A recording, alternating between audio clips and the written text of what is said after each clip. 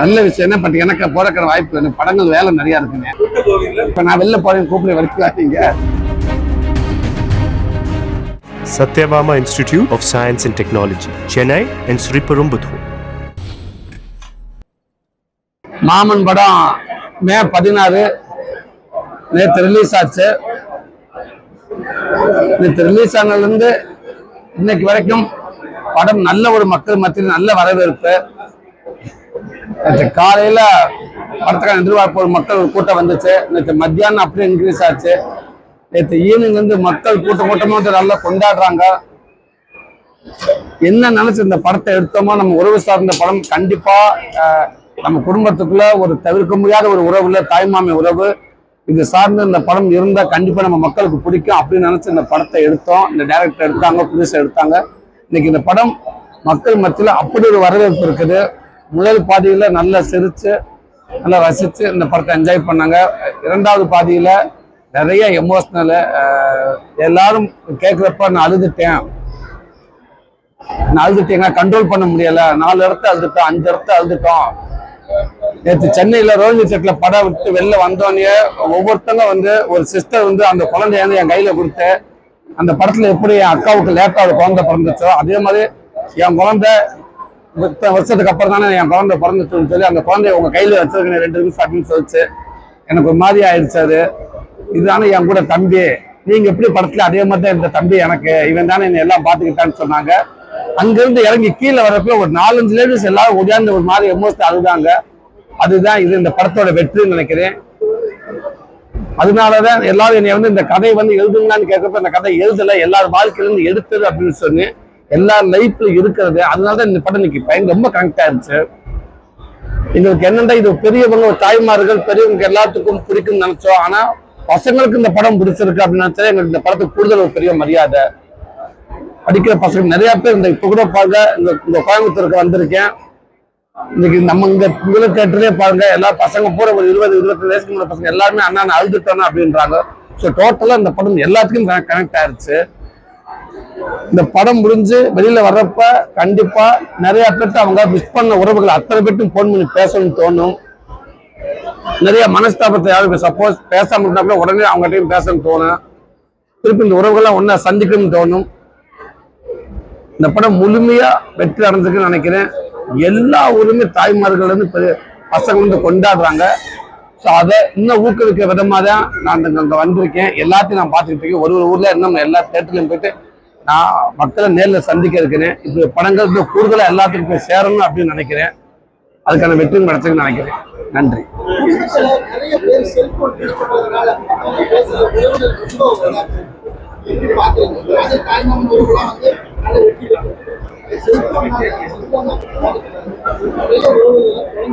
கண்டிப்பான நீங்க சொன்ன மாதிரி செல்போன் உறவுனால ஒரு ஒருத்தர் கையில செல்போன் இருந்துச்சுன்னா எல்லாத்தையும் மறந்துட்டு உலகத்தையே மறந்துட்டு அவங்கவுங்கள ஒரு இடத்த தேடி அவங்க அந்த போன்ல பயணிக்கிறாங்க. கண்டிப்பா அது தவறான இதுதான். செல்போன் நல்ல விஷயம் இருக்கு. செல்போன்ல தேவையான அளவுக்கு மட்டும் செல்போனை பயன்படுத்திட்டு முடிஞ்சதுக்கு உறவுகளோட இருங்க, நண்பர்களோட இருங்க, குடும்பத்தோட இருங்க, பேசுங்க.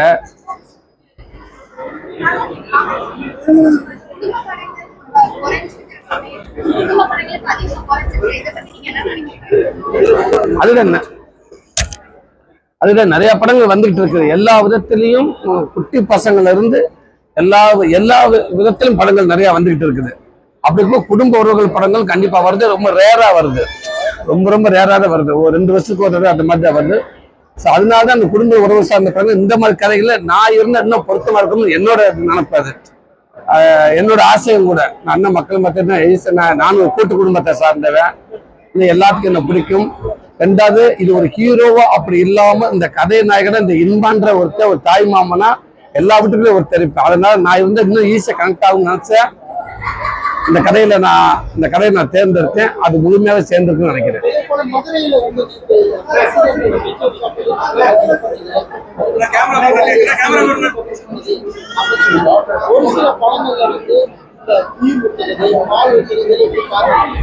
இல்ல அதுதானே நேற்று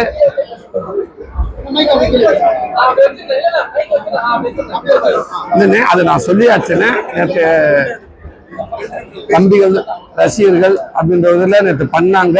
அதை நான் கூப்பிட்டு நான் சொல்லிட்டேன். இனிமே அந்த மாதிரி நடக்கான்னு நான் நினைக்கிறேன். ஏன்னா சொல்லியாச்சு அவங்ககிட்ட, அவ்வளவுதான். அது என்ன உண்மைக்கு அது அது அவங்க குடும்பத்தை பார்க்க பண்ண வருத்தம் வந்து கஷ்டமா இருக்கும். ஏன்னா இன்னைக்கு குடும்பத்துல ஒருத்தருக்காக அப்படி ஒன்று நினைச்சுன்னா கூட பரவாயில்ல, ஒரு கடவுள்கிட்ட போய் வேணும்னா பரவாயில்ல. அது அந்த மாதிரி ஒரு விஷயம் பண்றது எனக்கு விருப்பம் இல்லை. ஒரு கடவுள்கிட்ட போய் குடும்பத்துக்காக வேணும்னா கூட நியாயம். ஒரு படத்துக்காக தன் குடும்பத்துல ஒருத்தன் போய் இப்படி இருக்கான்னு நினைக்கிறப்ப அந்த குடும்பத்துல அவங்க பார்க்கணும்னு மனசு கஷ்டப்படும். அதனால அந்த விஷயத்தை தவிர்க்கிறது நல்லது. நான் ஆல்ரெடி சொல்லிட்டேன். அதை நான் சொல்லிட்டேன். அவங்களுக்கு கண்டிப்பா சில விஷயம் இனிமே நடக்காதுன்னு நினைக்கிறேன் நான்.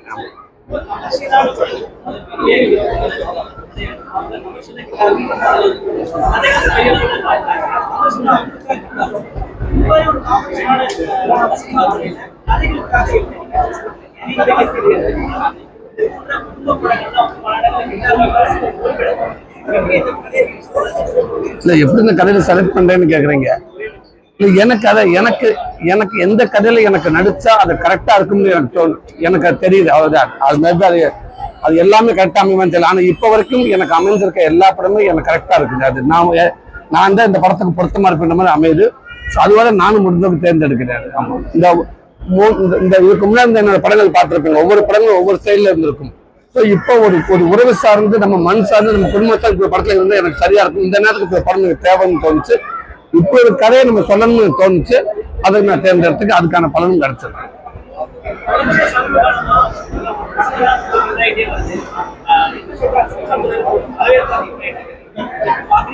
யாருக்கு புரியுது? ஆமா, ரொம்பவே நல்லா இருக்கு. கடினமா உழைச்சோம்னா அது நல்ல இடத்துல கொண்டு, எந்த துறையா இருந்தாலும் அதுக்கான இடத்துல நம்ம வந்து இருப்போம். நம்மளை கொண்டாந்து அந்த மக்கள் வரவேற்பாங்கன்றதுல நான் என் மூலமா நான் தெரிஞ்சுக்கிறேன். எனக்கு எல்லாருமே கஷ்டப்படுறாங்க. அவங்களுக்கான பலன் கிடைச்சிக்கிட்டு தான் இருக்கு. ஒருவேளை கண்டிப்பா இணையலாம். ஆமா, அது எப்படின்னு சொல்ல முடியாது. இல்ல அது அண்ணன் அடுத்து ஒரு பெரிய படத்தை இயக்க போறாங்க. எல்லாத்துக்கும் தெரிஞ்ச விஷயம் தான். வாடிவாசல் சூர்யா அண்ணன் படம் அண்ணன் இயக்க போறாங்க. கண்டிப்பா அடுத்து அண்ணன் கூட சேர்ந்து எனக்கு நிறைய ஆசை இருக்குது. கண்டிப்பா ஏதாவது பீச்சர் நடக்கும்னு நினைக்கிறேன். எனக்கு இப்ப நல்லா தான் போயிட்டு இருக்குது. நான் அதை குறை சொல்ல வரல. எனக்கு இதுவே எனக்கு அடுத்து கமிட்மெண்ட் நிறைய இருக்கு. ஸோ ஆமா,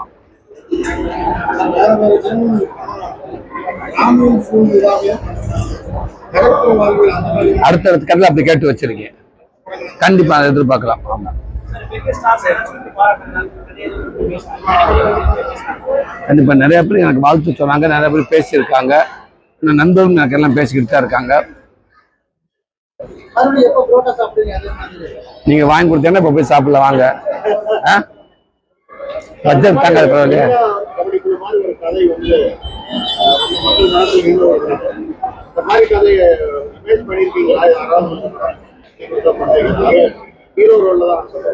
புரியல. இப்ப அப்பவா இனிமேவா கதை சார்ந்த கண்டிப்பா நான் நடிக்க ரெடியா இருக்கேன். நாளைக்கு நீங்க கூட சொல்லுங்க, நல்ல கதை இருந்துச்சுன்னா கண்டிப்பா நான் நினைச்ச பொருத்தமா இருக்கும்னா நான் நடிக்கிறேன்.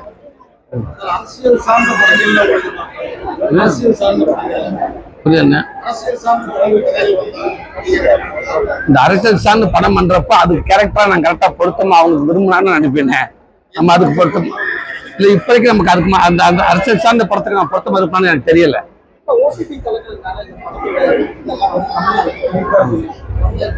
ஆமா, புரியுதுங்க. ஆமா ஆமாங்க.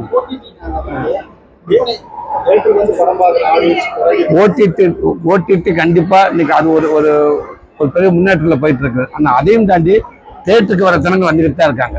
நீங்க எத்தனை இன்னும் எவ்வளவு டெக்னாலஜிகள் எவ்வளவு விஷயமா நம்ம படங்கள் வந்தாலும் கூட தேட்டருக்கு அந்த பாத்தீங்கன்னா உள்ள திருவிழா மாதிரி இருக்குது.